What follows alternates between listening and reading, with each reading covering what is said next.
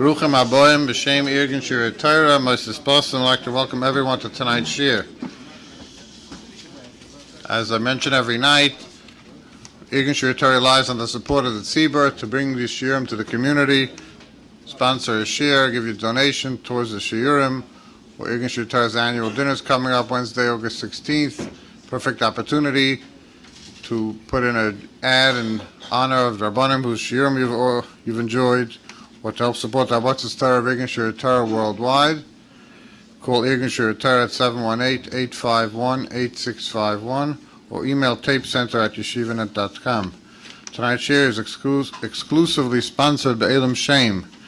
Le'ili Neshomis, Gershon Yosef ben Avram Zev, Yitzchak ben Yeshua Yosef, Avram Zev, Vishim and David ben Gershon Yosef, Chaya bas Gershon Yosef, David ben Shlomo, Shlomo ben Moshe, Chaim Muri ben Rav Yaakov Yisrael, Baruch Yaakov Yisrael ben Chaim Muri, Mordechai v'Yaakov, v'Rivka Miriam, v'Miro Brocha v'Yecheved, b'neiim shel Rav Chaim Yitzchak, Menachem Mendel ben Zalman, Moshe ben Shlomo, Yemta bas Meir, Sima Esther bas Chaim HaKoyen, Yitta Mendel bas Doven, and Minzi bas Shlomo, Teinish Mesein, Tzuris b'Tzor HaChaim. Tonight we have the cover to have with us once again, noted speaker, Menal of Ornava, Rabbi Zecharya Wallerstein, speaking on the topic of the Great Chase. Rabbi Wallerstein will be with us in one moment.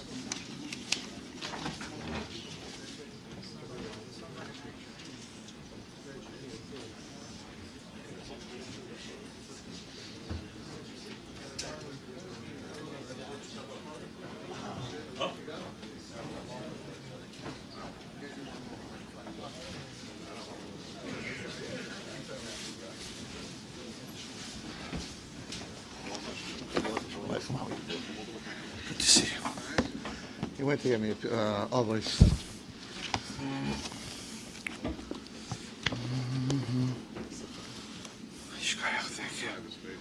Thank you. No, I need it.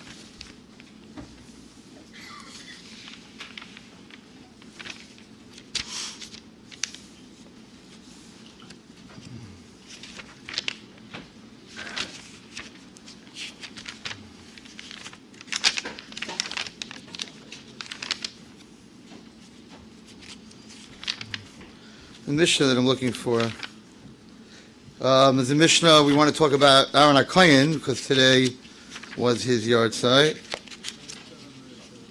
Okay, here we are. Hillel v'Shammai kiblu mehem. Hillel Aimer, Habi mitalmid shel Aaron. You should be of the talmid of Aaron HaKohen, whose yard site was today. Rodef Shalom. You should love peace.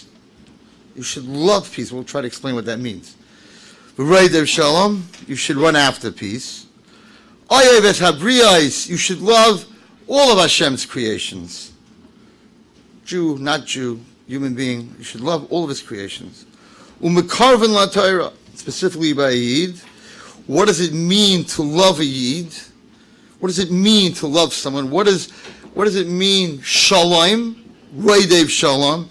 Oyev Shalom, and this is the objective of my whole speech tonight, is not just making peace between people. As we know that Aaron HaKohen, right, saw two people and they were fighting, and he went to one and he said, your friend told me Mamish feels so sorry about what he said about you and about the whole fight, and he really wants to come and ask Mechila but he doesn't know how to approach you. He doesn't know how to say it, but it's mamish bothering him. Then he would go to the other one. He would say, "Oh, your friend told me he wants mechila, and he feels so bad. He doesn't know how to approach you." And then each guy met each other in the street, and he's like, "Oh, don't worry about it. I'm meichel you," and the other guy's like, "I'm meichel you," and he sort of made this up, Aaron HaKohen. Okay, so I'm not going to go into tonight about making things up to make peace. We know HaKadosh Baruch Hu, it's a different drasha, because people sometimes, they say, "Oh, a white lie to make shalom, so I'm going to go and I'm going to do something I shouldn't, and then I'm not going to tell my wife what I did wrong, because you're supposed to change the truth." And I went somewhere I wasn't supposed to, and I come home and I tell my wife that I was sitting in yeshiva learning. What's wrong with that, Rabbi Wallerstein? I did it for peace. So it can be very misconstrued that, we know HaKadosh Baruch Hu did it. By Avraham Avinu, Hashem went to Sarah, and Sarah said, "I don't believe I'm going to have children. My husband's too old." And then HaKadosh Baruch Hu went to Avraham and said, "Your wife said that she's too old." It wasn't true.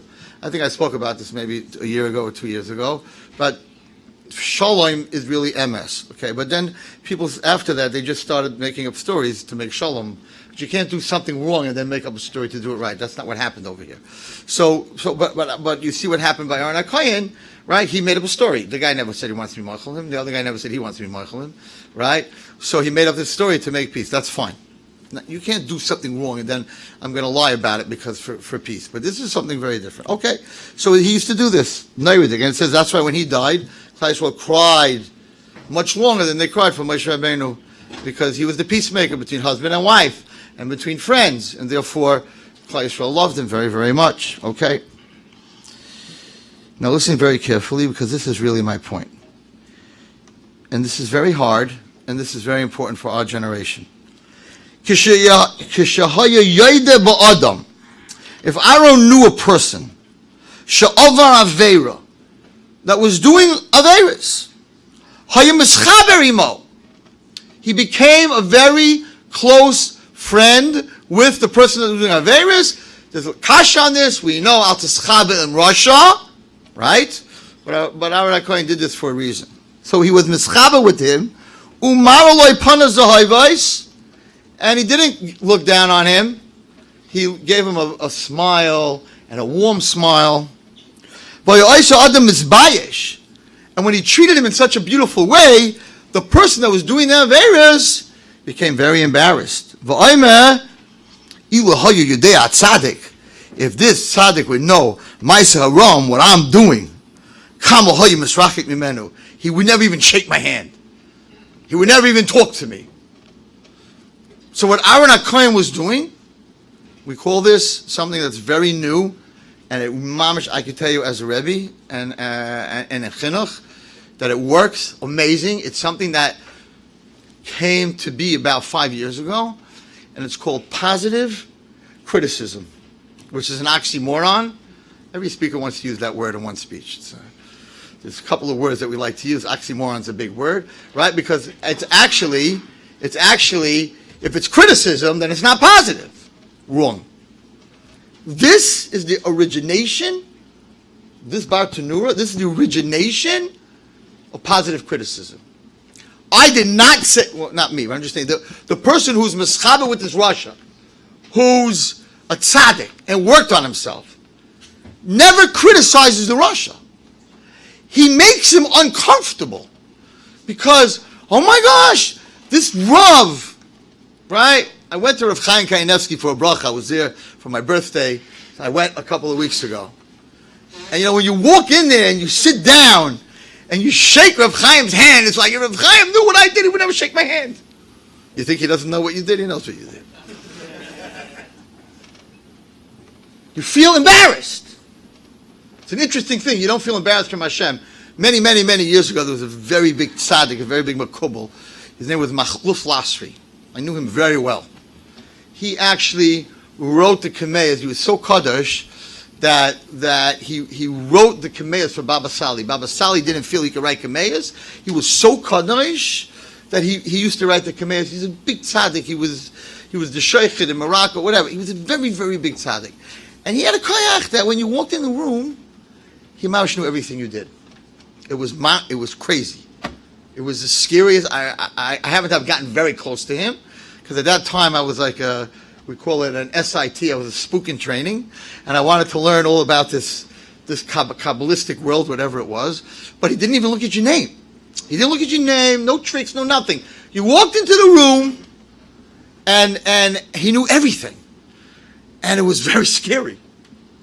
I'll tell you a story that happened. A mice that happened. I saw a lot of stories I could tell you tonight, but I'll tell you one story that happened with him.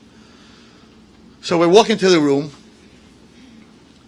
and I had another person with me. First, I had a young guy with me. He said, this guy was a 16-year-old kid, and he walks in with me, and he doesn't even let him get to the, like you walk in the door, and he says, you shouldn't even come in your house, in the third drawer, on the left side of your bed, you have terrible magazines and filth. And I'm standing there, I'm like, how does he know what's going on in this guy's drawer, whatever it is? And this kid turned not white, he turned green. He mamish turned green, and he walked out of the room, he was mamish shaking. And I was like, because we don't realize that there's a sale, there's a, our eyes don't see. Our eyes, the more you see in this world, it says when a person chas when he dies, so he sees from one side of the world to the other. The eyes actually constrict your ability to see, because your neshama sees everything. Everybody's neshama in this room right now sees everybody else's neshama. And it's very important that when a person gives mussar, we're going to learn about it today, that when a person gets up to speak about something, he better have conquered what he's speaking about. Because every neshama in this room knows exactly what's coming out of my soul, what's true and what's not true. How do you know that?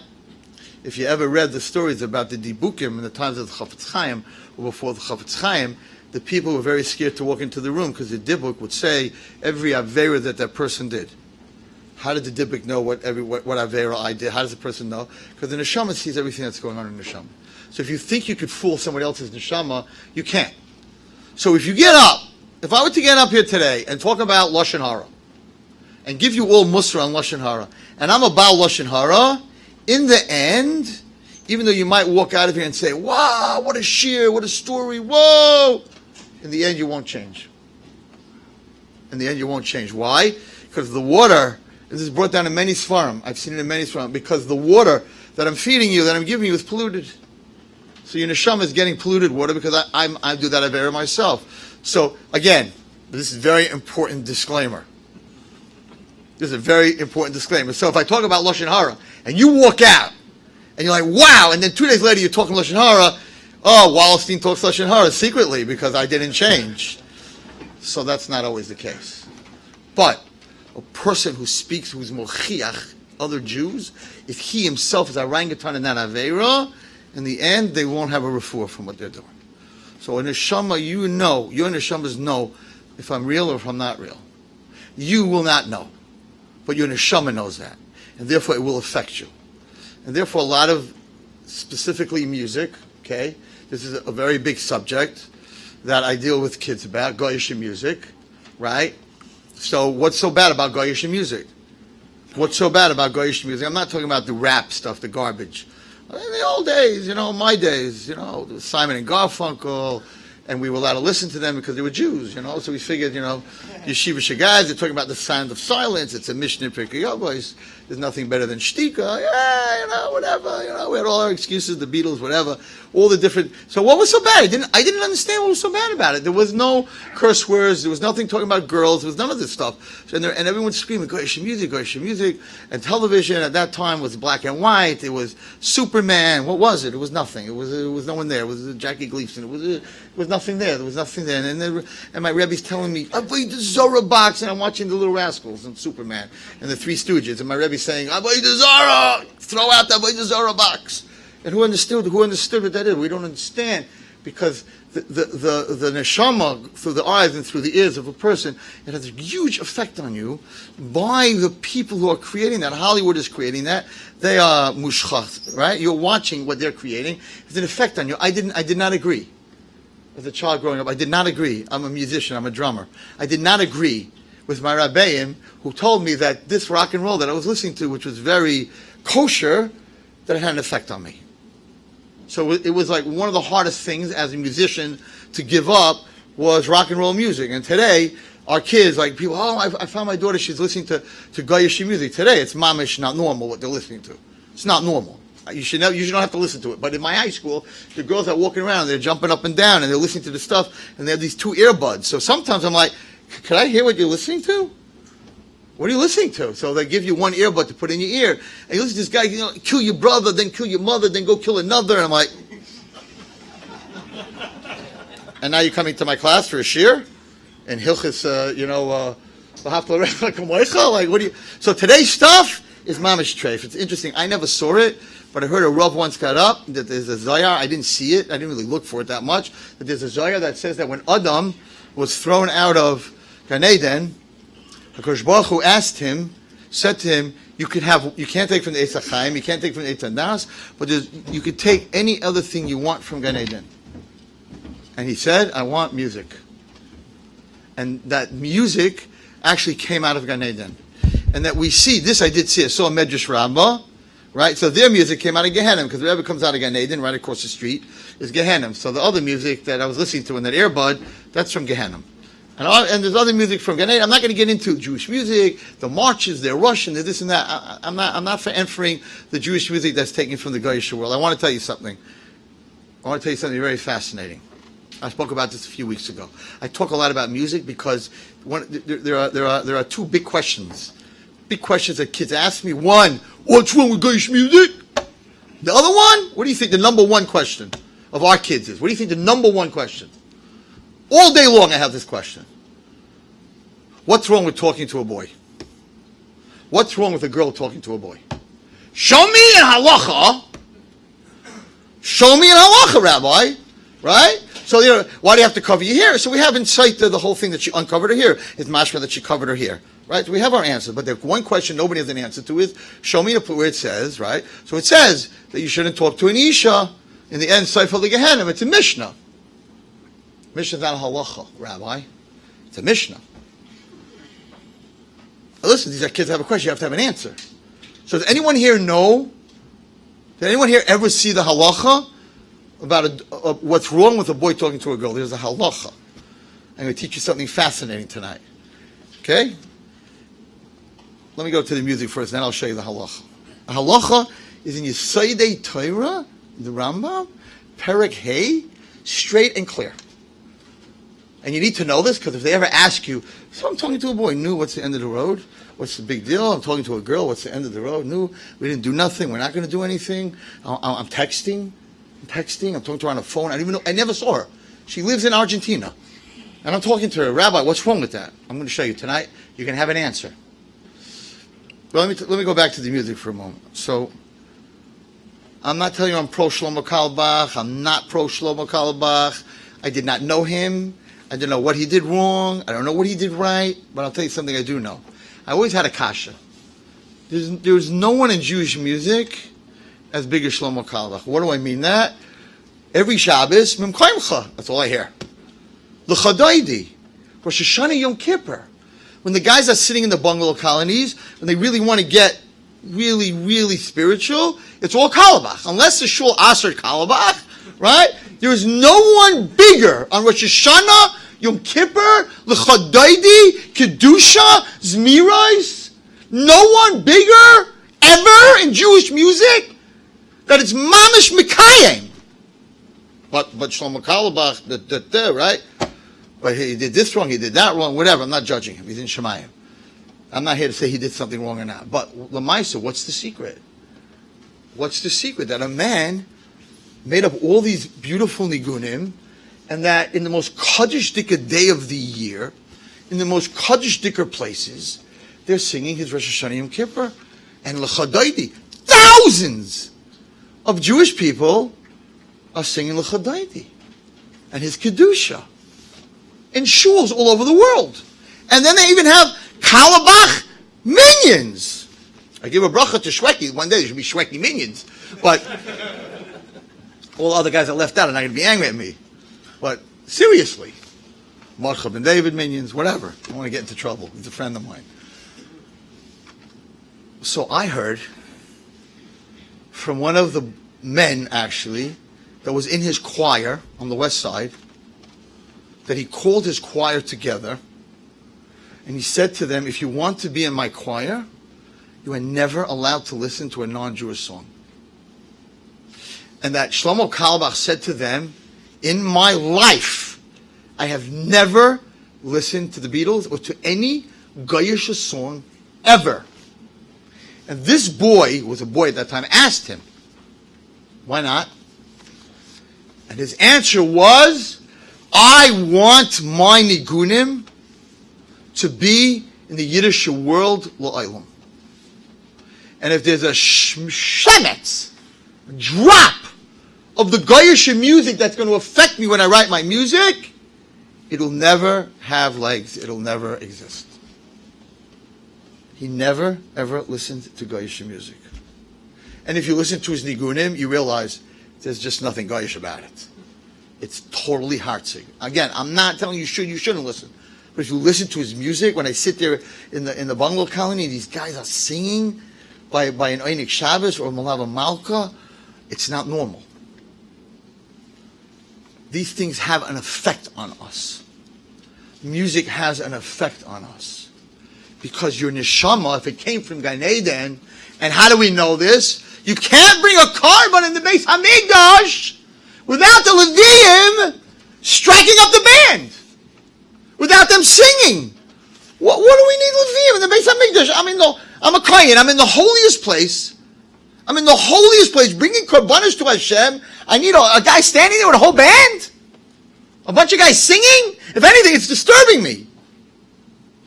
And the teretz is that it's so spiritual that in the Beis Hamikdash, in the Makam Hamikdash, at the holiest time, when you're bringing korbanos, the Leviim have to say shir. And every single day, we sing, or we say, the shir shel Yaim. And not only that, it brings down in the Medrash that Chavakuk, it's brought down in Chavakuk, that he and all the Nevi'im could not get Nevi'us without music playing in the background. The only one that could get Nevi'us without music playing in the background was Moshe Rabbeinu. So music has the koyach to take you spiritually in the clean, holy way, in the Beis Hamikdash, in the Nevi'us, to the highest level. So if it can take you to the highest level, chas v'shalom, if you're listening to the wrong music, it can take you to the lowest level.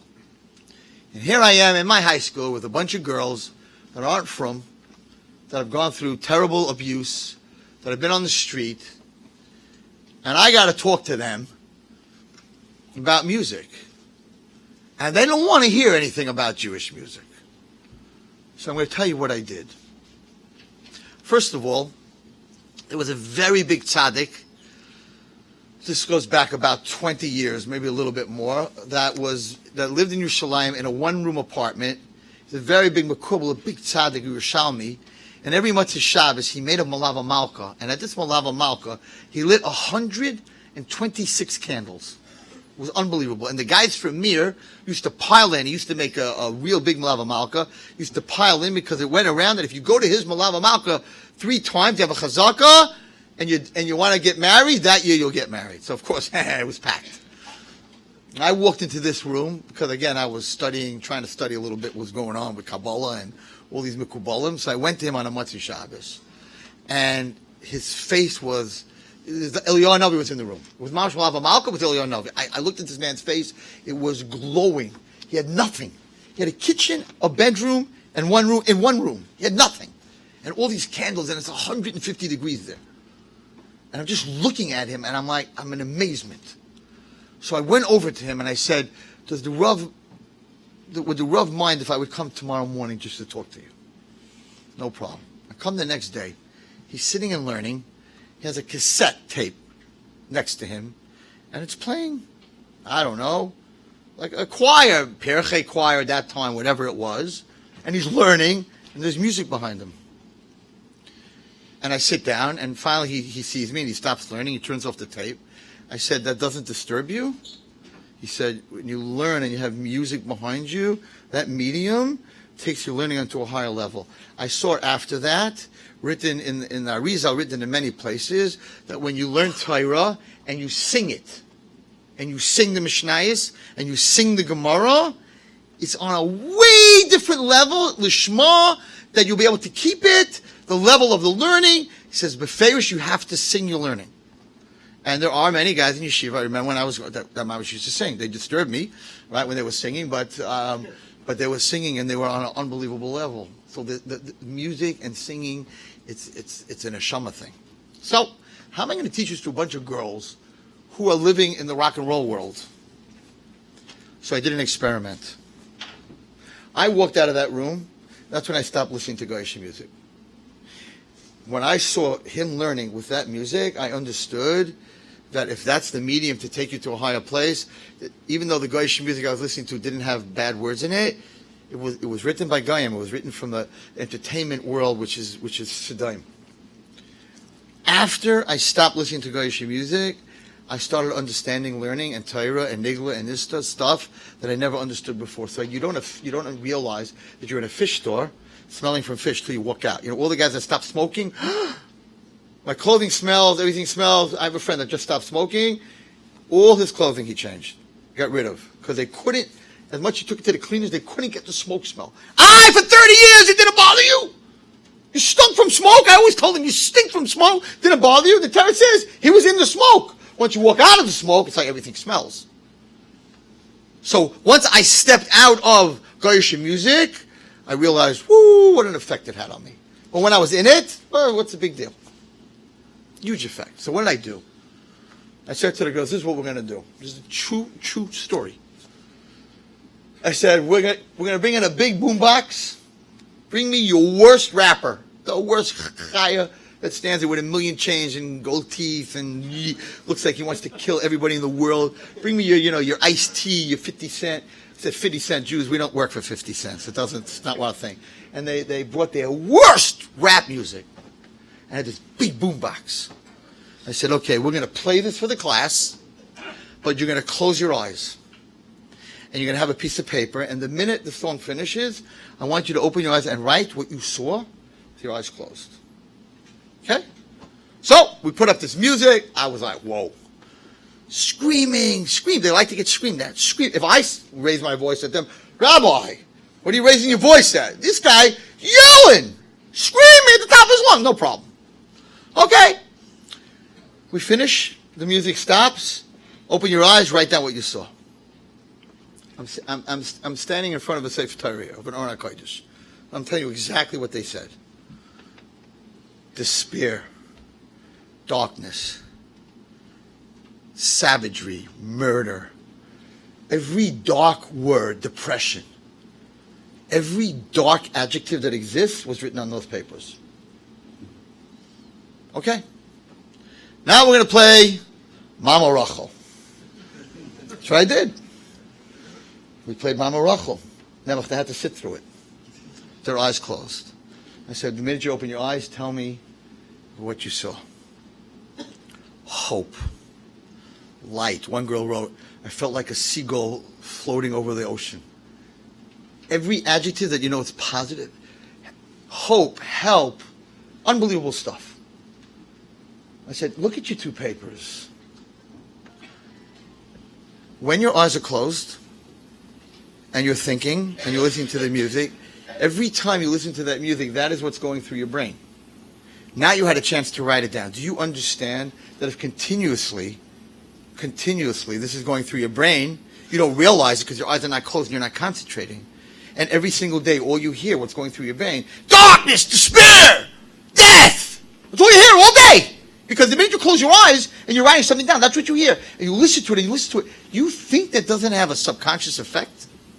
Because music is part of your soul. I said, if you listen to Mama Rachel and it's hope, all of a sudden you're a seagull. I mean, you're a seagull floating over the ocean. The effect that it has on you that you don't realize that when you listen to positive music, what it does to your soul, and when you listen to negative music, what it does to your soul. And how did I get to this whole subject? Because our souls are very connected to what's going on in the physical world, but because you're physical, you're disconnected. So the big tzaddikim, the more they're disconnected from this world, the more they see. So Machluf last week was totally disconnected. He had what's called the third eye. He wasn't even in this world. So when he's not in this world, what world was he in? He was in the spiritual world. So when you walk in, he doesn't see you physical.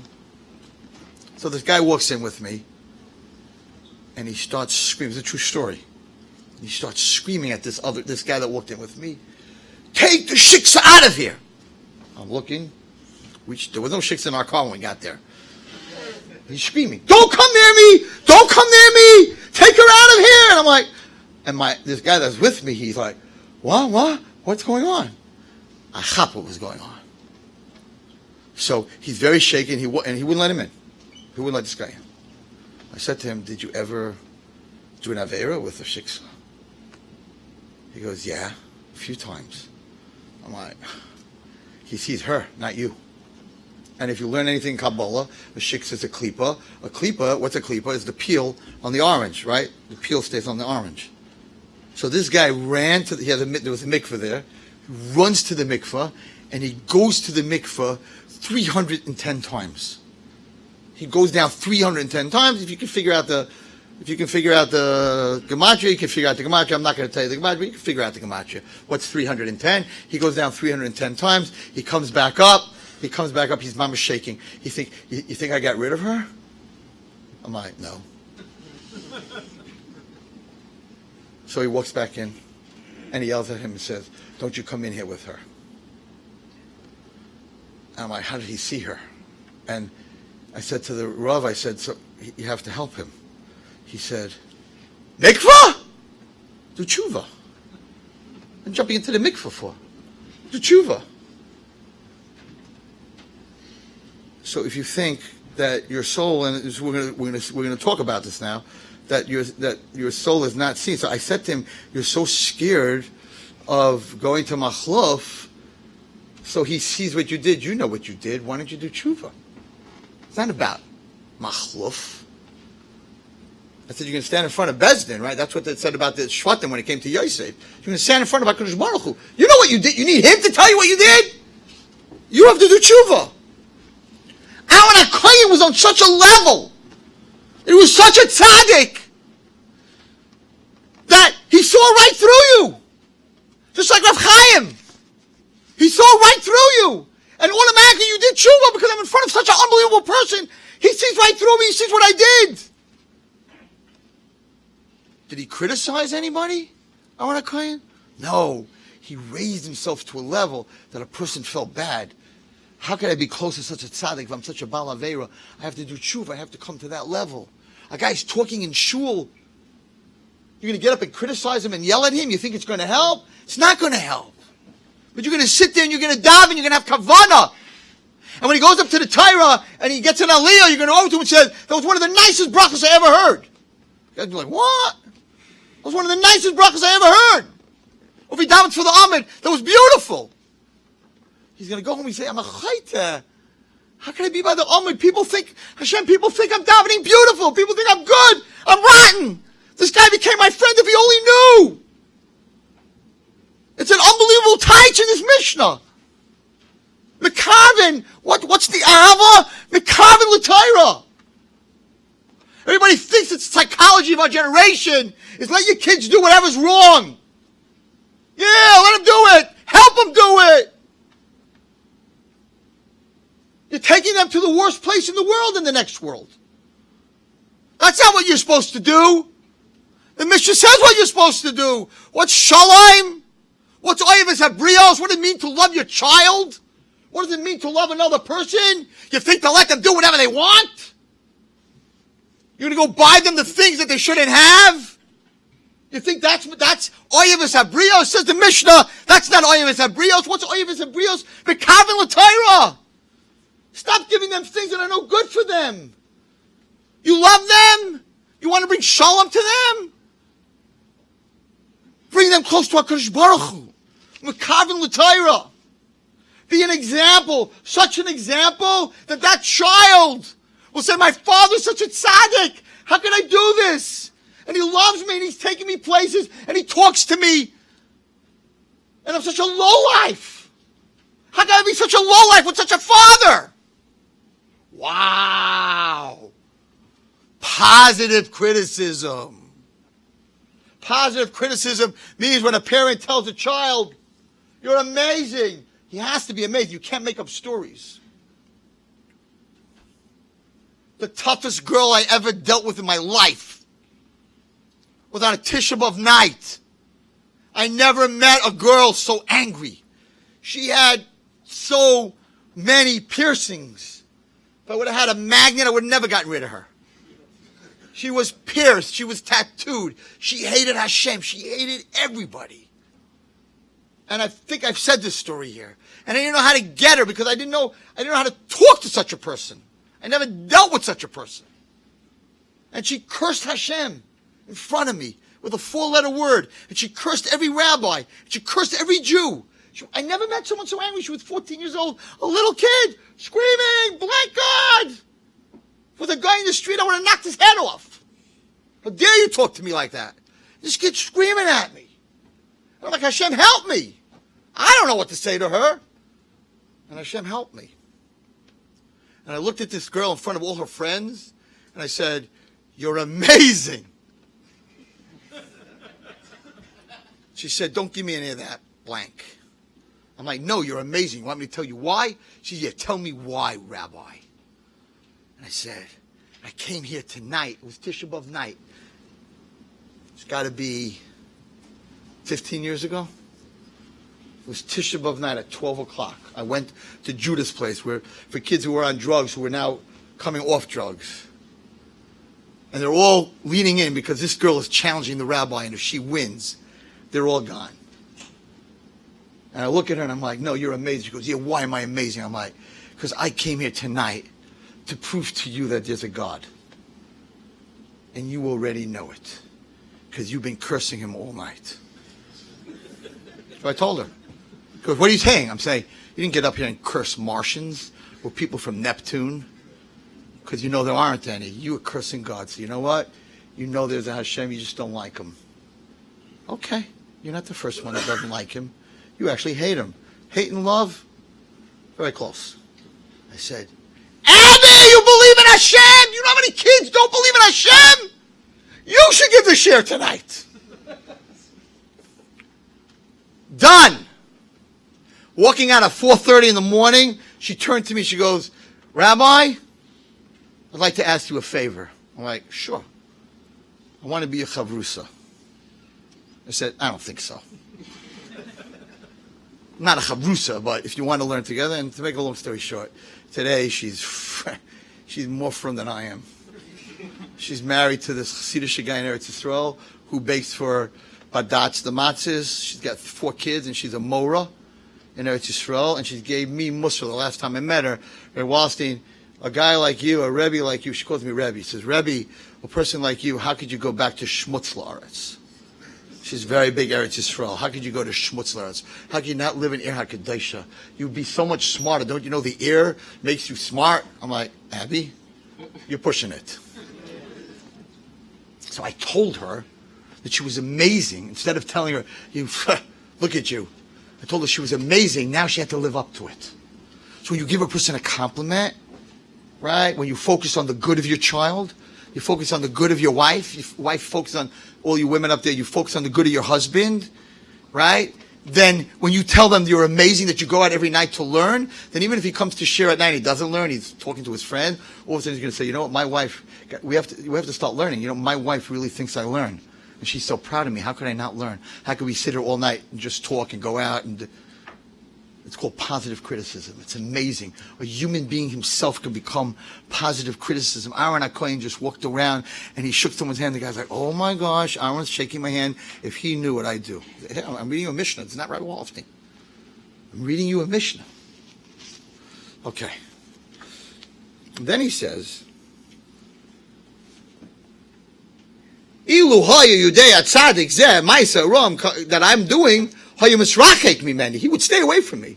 That forces him to turn to the good." Okay, that's the Mishnah in Pirkei Avos. Now for all the ones that ask you about what's wrong with a boy talking to a girl. Okay, listen to this. Hilchos Yesodei HaTorah. Should write this down. Parak Hey. And he says the following. Mi shenasan einav be'isha. somebody who looks at a woman, v'chala, and he becomes lovesick. But not the lamos. He's mamish dying. I gotta have her. The Amu HaRoifim, and they bring in all the big doctors. And the Roifim say, the doctors say, Ein, Lo, Refuah, there's nothing that's going to heal him. Ad Shitaba Loy. I'm not going to translate the word, but you all know what that means. Until he's with her. So the doctors checked him out. This guy is really so sick, he's going to die. Unless he's boil her.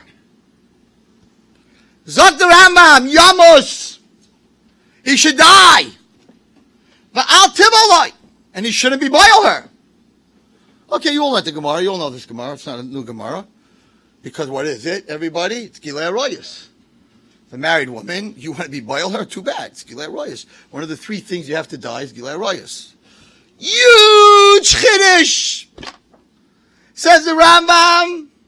Va'al Tivalo. He can't be boil her. Afilu Haisa Pnuya. Even if she's single. What's he doing wrong? Send her to the mikvah, and everything will be kalacha. It's not Gilei Arroyos. She's a pnuya. She's single. Never been with a man. Even if she's single, let him die. What are you talking about? How can you let him die? It's not Gilei Arroyos. It's not one of the three. You can't let someone die unless it's one of the three. No, you think a Rambam. Ladies, listen to what the Rambam thought of you. No, listen carefully. Afilu, no, this is Tess, and I have read this, and they have nothing to say. Afilu l'dabe ima. He says, okay, she's single. Let me talk to her. I'm not going to be boil her. I'm not going to touch her. I just want to talk to her. Ma'achurei hageder, from behind the mechitza. Okay, if you let me do that, I won't die. I'll get better. So what do I want to do? I want to talk to a girl who's single. I'm not going to touch her. And I want a mechitza. And I'm going to talk to her through the mechitza. What's wrong with that? So the Rambam, Ein Moirin La Bekach. We do not allow him to do this. The Yamas! Let him die! The lo yaru l'dabe ima me'chayra hageder. Do not let him speak to her from the other side of the mechitza. Does anyone here understand this? Let him die? The guy wants to talk to a girl on the other side of a mechitza, not to touch her. He doesn't even see her. He doesn't see her. He just wants to talk to her. Says the Rambam. Let him die. Why? This is what I want the ladies to hear. Why? Why are we going to let this guy die? Why don't we just let him talk to her? It's not Gilei Arroyos by a long shot. It's like the Rambam, ladies, listen carefully to HaKadosh Baruch Hu, what he feels about his daughters. Shelo Yehei B'nois Yisrael Hefker. The Jewish girls are not hefker. You want to go talk to some girl because you're going to die? This is not what we do with our girls. The Jewish girls are not hefker. V'yavoi b'dvarim elu lifroitz ba'arayis. And talking and letting them talk with the mechitza. Soon the mechitza won't be there. Soon they won't be talking. They'll be doing other things. Says the Rambam, we're going to let him die because our girls are not out there to play around. We're going to protect our girls. We're not going to help them talk to boys. We're not going to buy them the iPhone. We're not going to bring the boy into our house to be with our daughters. Better to let him die. You can get up, Rabbi Wallerstein, how could you say that? You're so this, you're Go fight with the Rambam, I didn't write it. Hilchis Yisoidei Torah. The halachas are the foundation of who we are. Our girls are not out there to be talking to boys or hanging out with boys, and we're definitely not going to help them do that. That's for sure. We're going to do whatever we can to stop it. That's how HaKadosh Baruch Hu looks at the Bas Yisrael and Klal Yisrael. We'll protect her, we'll let the guy die before we let him talk to her. So now you take a Rambam. Once again, Perek Hey, Kapitel Ches. I'm sorry, Kapitel Tes. That's the level of who we are. And that's the level of our girls. And that's how we have to look at a Bas Yisrael. And I'm not doing any advertising. I just came down after I was a little bit late from the ranch in Bethel, where Baruch Hashem, we opened up a place for Jewish girls. And every time I open that refrigerator, and it's full of golden flow milk and all the kosher food, and I open the freezer, and there's Satmar chicken and everything. I have been in Utah and all the other places, and I have opened the refrigerator. They bought a little kosher meat they got from New York, and there's shrimp, and there's lobster, and there's chazer feet, and we have Hasidic girls there, and they're eating chazer treif, and they're eating bacon and eggs in the morning, and it was like, do you understand how the Torah looks at a Bas Yisrael? We'll let a guy die before we'll let him talk to her through a mechitza. Do you understand how sensitive Kodesh Baruch Hu is about his children, about his daughters? So when a kid comes to me and says, so what's so bad about talking to a girl? I'm like, according to the Rambam, you're better dead. Better you die than you talk to a girl. What are you talking about, Rabbi? I'm like, let's go learn. Let's go learn. It's there. I didn't write it. But it's not because of him. Everybody here should listen. It's not because of him. It's because of her. It's not because of him that we're scared he's going to do an Aveira. No. They're not Hefker. A girl's not Hefker. You know what happened to David HaMelech? Do you understand what happened to David HaMelech? David HaMelech, with the fight, when he had the whole fight with the giant, with Goliath. So Goliath, he only injured Goliath. Goliath went down with a rock in his head, but he wasn't dead. He only injured him. So David HaMelech had to chop his head off. And the problem was that Goliath's sword was locked. And his sword carrier had the key. And he went to the sword carrier, and he said to him, if you give me the key, and you become a ger, I will allow you to marry any Jewish girl that you want. That's the deal. You got to give me the key. You know who that was? Anyone? Anyone here know who that was? Who was the sword carrier? Nobody knows who the sword carrier was? Okay, we'll keep it to the end of the story then. So, he said, you got a deal. You got a deal. So he gave him the key, and he opened it up, and he took the sword, and he chopped his head off. Bathsheba was David HaMelech's zivug. That was his zivug. Bathsheba was his zivug. Why did he lose his zivug? Because the guy with the key, that was Bathsheba's first husband. The one that David HaMelech sent to war. And the whole thing that David HaMelech says in Tehillim of what he did and what he did wrong, and he needs kapara, and Hashem should forgive him, and it's his Aveira. That whole thing happened because HaKadosh Baruch Hu, the Medrash says, why did it happen? You made Hefker my girls. You told this guy that, I'll show you the Medrash. The Medrash says this. You told this guy he could have any girl in Klal Yisrael? Who are you? So you made him Hefker? So your Zivik he's going to get. Beferish Medrash. You said he could have any girl. Who are you? That's what it says. You made my girls Hefker. You're going to lose your Zivik to him. And then we know what happened, the whole story. Jewish girls are not Hefker. We need to protect them. Not let them go talk and buy them the iPhones and buy them all the stuff and buy them the jeans and buy all this garbage and this whole therapeutic movement of you should help them do Averas. Help them do Averas. This guy's going to die. We're going to let him die. You understand? You have to protect our girls.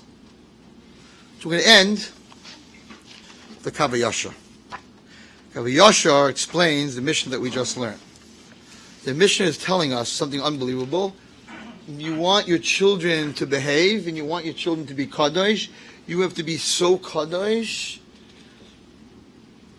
that they're going to say, I'm ashamed of what I'm doing because my father, he's such a really good guy, and he loves me. How could I fool him like this? He loves me so much. How could I shake his hand? You have to be so kaddish that the guy in shul is like, why is he my friend? He sees me talking in shul, and he still comes over to me and says, "Good Shabbos, Shalom Aleichem," and I'm shaking his hand, and I'm like so ashamed to a point where he's going to stop doing wrong. They wanted to live up that they could go to Aaron HaKohen and feel good about shaking his hand. It's a level. You have to work on yourself. The musar you give someone is the example that you set. Stop talking. Stop being mochiach people by talking. Be mochiach by people by setting an example. I don't want to talk about myself, but I'll just tell you a story that happened with me. No, so I'm a big hockey fan. I'm a big Ranger fan. Many, many years ago. Now I'm not any fan. Too old. It's just not worth it. But I was a big Ranger fan. The Rangers were not in the Stanley Cup forever. We were waiting and we're waiting for these guys spending all these money going to these games that we get to the playoffs and lose. Get to the playoffs and lose. And then one year, they get into the Stanley Cup finals. We're going to get the cup. People who are not Ranger fans think I'm crazy, but Ranger fans was like, this was Mashiach, the Rangers, I don't know which one, we'll see. We said like this, Mashiach, wait till after the Stanley Cup, because you're never going to get another chance to win. If you come, then we never got the cup. So, it's like the Yankees in the World Series, they're like Rosh Hashanah Yom Kippur, they're like, Mashiach, we want you, but just they're in the World Series, like, well, let's finish. Okay, so anyway, so I went, so it was a very big game, and a hockey game starts at 7 o'clock. So, this guy that I invited to the game, I had 2 tickets. Crazy game. I had 2 on the ice tickets. I don't know what they were worth. I got them through a business guy. It was like $5,000 a piece. You couldn't get into that game. You could not get into that game. And I invited this guy to come with me. A from guy, but never went to shul. Doesn't go to shul. Doesn't go to minyan. Minyan's not important to him. And it's like 6:45, and we leave Flatbush. And I stopped by Landau's. That time Landau's had the tree growing in it, the Eitz Chaim in the middle of Landau's, right? So it was a very interesting shul. But anyway, I stopped by Landau's. He goes, "What are you doing? What are you doing?" I'm like, I got to go to 7 o'clock minyan. He goes, "You crazy? The game's starting at 7 o'clock. This is the game." I know, but I don't miss minyan for anything. He says, "You crazy?" I'm like, "You can sit in the car. You don't want to go. But I'm going into mincha anyway, so you might as well come down." So we went to mincha. So we first left at 7:20. We didn't get to the game. We missed the whole first period. He was freaking out on the way there. "I can't believe you. You're such a Ranger fan. So you would have missed mincha. You could have davened by the kaisel, by the wall." I said, "You don't understand. I don't care what it is. If there's $1 billion, I don't miss minyan. You don't chap. I don't miss minyan. So we'll see the last 2 periods." He could not understand that somebody was willing to miss 20 minutes of a hockey game, of the hockey game. He couldn't understand it. Okay. So I went to Mincha, came back, went to Ma'ariv, fine. That's about, I don't know, whoever the Ranger fan, I don't even remember what year that is. It's got to be 15 years or more. This guy, when did they win the cup? 1994. So how many years are we now? We're at 17. Okay, so this happened 23 years ago. This guy, is he here tonight? I don't see if he's here tonight. This guy has not missed minyan in 23 years. He said, from the next morning Shachris until today, not only that, he's in business. He flies backwards to California because of the hours to make mincha. He says, "Zecharya, I have not missed a minyan in 23 years. I didn't give him musar. I didn't say a word to him. I said, "If I'm here, you might as well." He said, "I knew that you're a nut, crazy, Meshuggah, Ranger fan. You were willing to miss the first period for mincha?" He said, "Zach," he called me Zach. He said, "Zach," I said, if someone like you, who's such a fan, who's not such a from, you were willing to miss the Ranger game." He says, "I never knew that there could be such a thing." He says, "He has not missed mincha. He's like a crazy mincha guy, and he's finishing Shisha through the Mishnah because he learns by davening, whatever it is." Did I give him musar? Did I tell him anything? Did I tell him you're wrong for never going to minyan? I just went to minyan and I showed him that how important it is to me, and that's positive criticism. He saw how important it was to me, and therefore, if your kids see how important minyan is to you, if your kids see how important Hashem is to you, so many of us, we talk about learning and minyan and everything, but we never talk about Hashem. So they're like, what does Hashem have to do with anything? I know the Gemara. I know about Peh. Where's Hashem in the Gemara? Yeah, once in a while they mention him from a pasuk. I know Abai, I know Rava. Who's Hashem? I once gave a shir with the people that were very modern, and I kept saying on HaKadosh Baruch Hu. When I finished, someone came over to me, a lady came over to me and said, who is that? I never saw that written anywhere, because it doesn't say HaKadosh Baruch Hu anywhere. So they have no idea. So you need to set an example. You need to say, we want to thank Hashem, go out by the door in the morning, say, look how beautiful it is. I could see, I could hear, I could touch, I could feel. HaKadosh Baruch Hu, talk Hashem, Hashem. Let them hear it. Talk about Hashem. Talk about Hashem. I feel so guilty. I'm disconnected to Hashem. My parents are so connected. They're always talking about Hashem.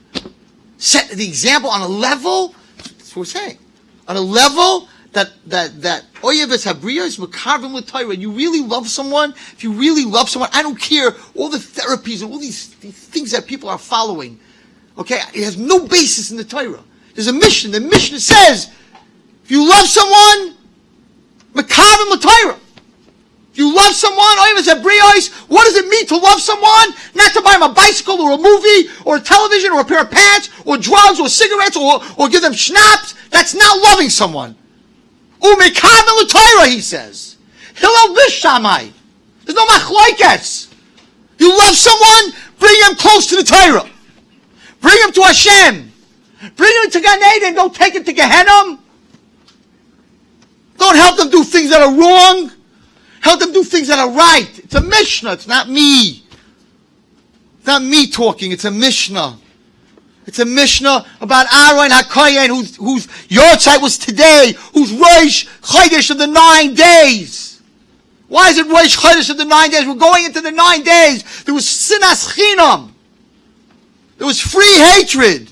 It's like the Mishnah, if you love someone, the opposite of sinas chinam, bring them close to God. Bring them close to the Torah by setting them an example. 2 more minutes.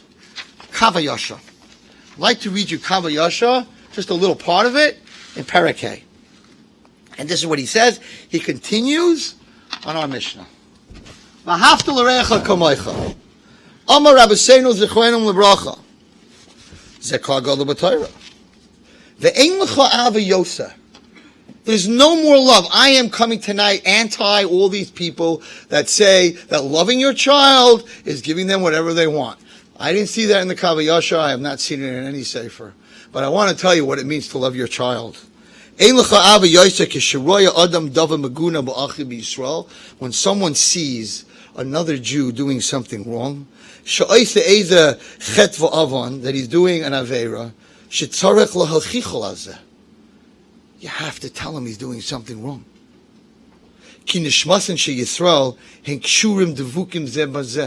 Because all of us in this room and every Jew, our souls are tied one into another. The person who knows what the other people are doing, he knows what happens to a person after he dies. He knows where the neshama is going. He needs to tell his friend about it. Maybe through him, his friend will change. And he'll leave the bad way.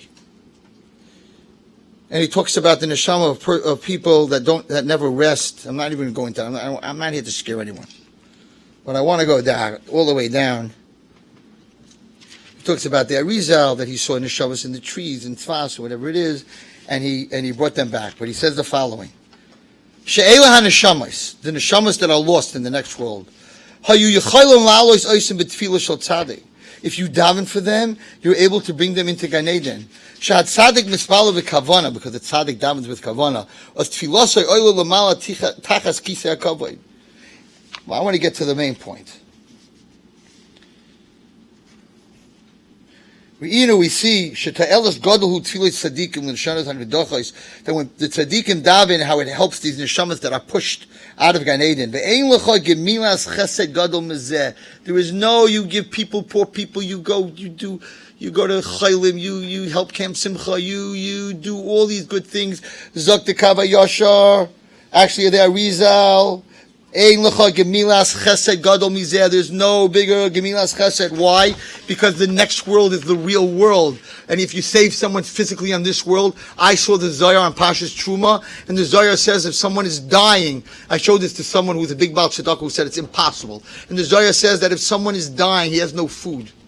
And you're either going to give him food, or you're going to take a child that's off the derech and bring him back to Hashem. As he says, take him from the dark king and bring him back to the Shekhinah. Let the person die, Dr. Arizal. Why? Because the ani who's going to die is going to go to the next world. He's going to go to Gan Eden. But the Rasha, Hashem's child, who's going to end up in Gehenna, or end up, Chas v'shalom, not even in Gehenna. HaKadosh Baruch Hu has to watch his child suffer. His neshama that he sent down to this world, HaKadosh Baruch Hu has to watch that neshama suffer. Do you understand? Says the Zohar, the pain of the Shekhinah when it watches its children suffering Gehenna, or Chas v'shalom, the Kafakela, even worse. The ani will come to the next world and go to Gan Eden. This is not the world. And someone who gives tzedakah to aniyim said to me, Rabbi Wallerstein, it's impossible. Good friend of mine. And I took out Pashas Truma, and I'll show it to anyone who wants to see it. Very clear. If you have a choice, you should never have such a choice should come. You need to save HaKadosh Baruch Hu's child. The biggest gemilas chesed, yes, it's nice that you're mevakeh chayla. It's nice that you're giving food for Pesach. It's all very nice. But it's for what? 70 years? 80 years? That's it. But if you take a neshama, someone who's off the derech, and you bring him on the derech, it's forever. He says, Zohar, you bring the king back, his child, from the dark king. Because Baruch Hu walks around Shemayim and says, this person saved my child. He gives you the keys to he says, to the doors that Avraham and Yitzchak and Yaakov don't have. So he says, if you really love someone, you really love a child, and you really love a Jew, don't let him go to Gehenna. Don't help him go to Gehenna. Save him. Rabbi Wallerstein, how could I save him? I don't even know him. I definitely can't go over and talk to him. There's a tefillah. And you say this tefillah in Hashivenu. Yiratzim ufanecha, Hashem Elokeinu v'lokei avosenu, shetachte chatira mitachas, kisei kavadecha l'tshuvas pleni ben plenis, get their name. V'chol ha'oivrim al mitzvech, and anyone who does averis, yuhupach levavom, change their heart, lasesh v'tzencho b'leivav shalem. Ki yemincha pshuta l'kabel shalom. If you can't talk to them, there's a tefillah in Hashivenu. There's a tefillah in Atochel L'Odas. He brings down that when you say Atochel L'Odas, if you know this person who's off the derech, have their name in mind, and before you say the bracha to Hashem Chayne Adas, say Moshe ben, whatever her name, whatever his, Moshe ben Leah, HaKadosh Baruch Hu, give him the das to see you and to find you and to change. Baruch to Hashem Chayne Adas. So if you don't have the koyach to talk to someone, and you don't have the koyach to set an example, we all have the koyach to daven to HaKadosh Baruch Hu. And he ends and he says a bracha. We should all have this bracha. Al Kain, therefore, his ayuru, wake up, achai, my brothers, v'reyai, and my friends, lasat kol echad ve'echad kifi yecholto tshuva ketana, do a small tshuva, ulaharbois b'maisim toivim. V'tiyat filasei b'kavana, daven with kavana. V'yispalal al chaveirov, find out your name and daven for your friend. Lasei tshuva. V'as chasidim v'tzadikim v'tzrabim v'tchusim v'tzikasim v'doyim v'havachol negeg alei yam. He says it's going to be like the sand that holds back the yam. Shehem ha'makatrigim, the yam are these mekatrigim that are against us. And I don't have the time. I started late, and it's very late. He brings what happened in Eretz Yisrael. He talks about all the stuff that just happened in Eretz Yisrael, and everything that we're going through, cancer, and all the stuff that we're going through. And he brings down over here that's mamish the chitzonim, the more averis and everything else, the more power that they have. And he said they're like waves in the ocean. And what holds back the waves in the ocean? Klal Yisrael is compared to Chol Hayom. Not, we all think of Chol Hayom, that like billions and billions of us. They're not. There's 8 million of us. It doesn't seem like the bracha came true, right? We're not like Chol Hayom. The Muslims are like Chol Hayom. No. He says Chol Hayom is not about a number. Chol Hayom, they should be like Chol Hayom. They should be the beach that holds back the ocean. That holds back, we should be the beach, the Chol Hayom, that holds back the ocean from taking over the world. That's what Chol Hayom means. And that koyach comes from bringing Klal Yisrael closer. So like the Mishnah on a kohen, on his yard site, like the Mishnah, if you want to show your love, Makavim l'Torah, then bring him close to the Torah. And don't ever give up. Don't ever give up, everyone. Don't ever give up on a kid. Don't ever give up on a marriage. Don't ever give up. Don't ever give up. Because you don't know where, like, It says it's very interesting. I went to Alaska, and there are a lot of, I like to learn about. I love animals and things like that. But there's a Zaya that I saw about the ocean, and I talk to my girls about it all the time. The Zaya says that the waves. Why do we have waves? Waves. You go to oceans, waves. I think it's every 6 seconds, every 8 seconds, there's another wave. Says, why are there waves? So Zohar says, because since the beginning of the world, it was all water. Then Hashem separated. So the water wants to go back to the way it was before creation. So the waves, and sometimes you see angry waves, right? They're coming to take over the earth. And every wave has a malach. So the wave that comes to take over the earth, he hits the beach, right? And then he gets pushed back. You can stand by the ocean, you can see it. Go to Seagate, right? Gets pushed back. That malach of that wave tells the next wave that's coming in, forget about it. I was just there. There's a beach. It ain't happening. So the Zohar says, so then why does that next wave come? So he says the malach of the wave coming in says, it's no ridiculous Zohar.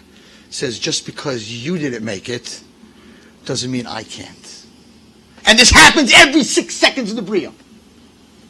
Just because you can't doesn't mean I can't. Wave after wave after wave after wave, malach after malach after malach. What are you wasting your time? There's a beach. We're not going anywhere. So what? You didn't make it? It means I can't make it. All night long, all day long, all day, all week, all year. Millions and millions of malachim saying, just because you can't make it and you got pushed back, doesn't mean I can't make it. All of us can make it. Every Jew can make it.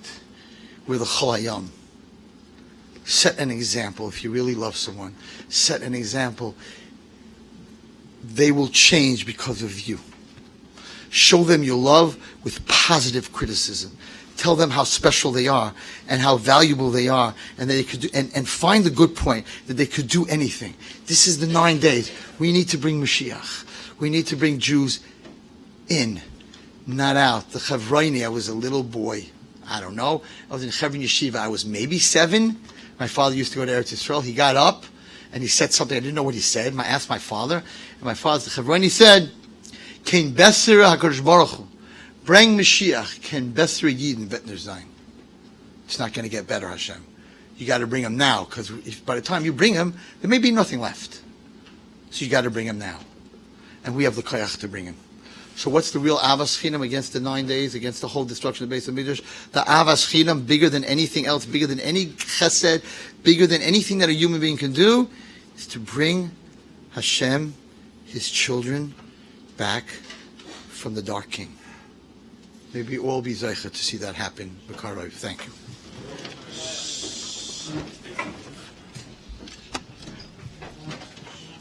Shem Irgen Shir Termos is possible. I'd like to give a big yashikar to Rabbi Wallerstein for the inspiring Divrei Cyrus. Rabbi say, another koyach that you have is to help Irgen Shir Torah continue to publicize and disseminate these shiurim and the Divrei Torah and all the inspiring words you heard tonight to the tzibur at large, to the public participating here and worldwide, by sponsoring a share and by giving a donation to Irgen Shir Torah. Call 718-851-8651 or email tapecenter@yeshivanet.com to have this great schus. I'd like to thank the sponsor of tonight's share, Be'elam Shem, Nishmas, all the neshamas who announced at the start of the share. The CD of tonight's share will be available shortly. Yashikar to everyone for coming. Chananya ben Akashem, Kadosh Baruch Hu Lezakes, Es Yisrael, Afik Hevel Am Torah Mitzvah, Shenem Al Noich Hofes Aman Sidka Yagdul Torah V'Yader.